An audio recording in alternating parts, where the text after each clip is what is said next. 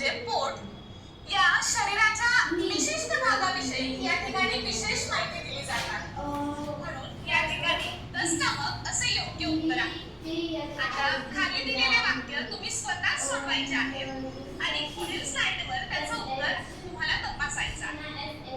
मित्रांनो लक्षात बघा. I feel a pain in that stomach. या वाक्यातील रिकाम्या जागेसाठी तुम्हाला तीन आणि त्यातील योग्य पर्याय तुम्हाला निवडायचा आहे. तुम्हाला त्याचे उत्तर सांगणारच आहे. या ठिकाणी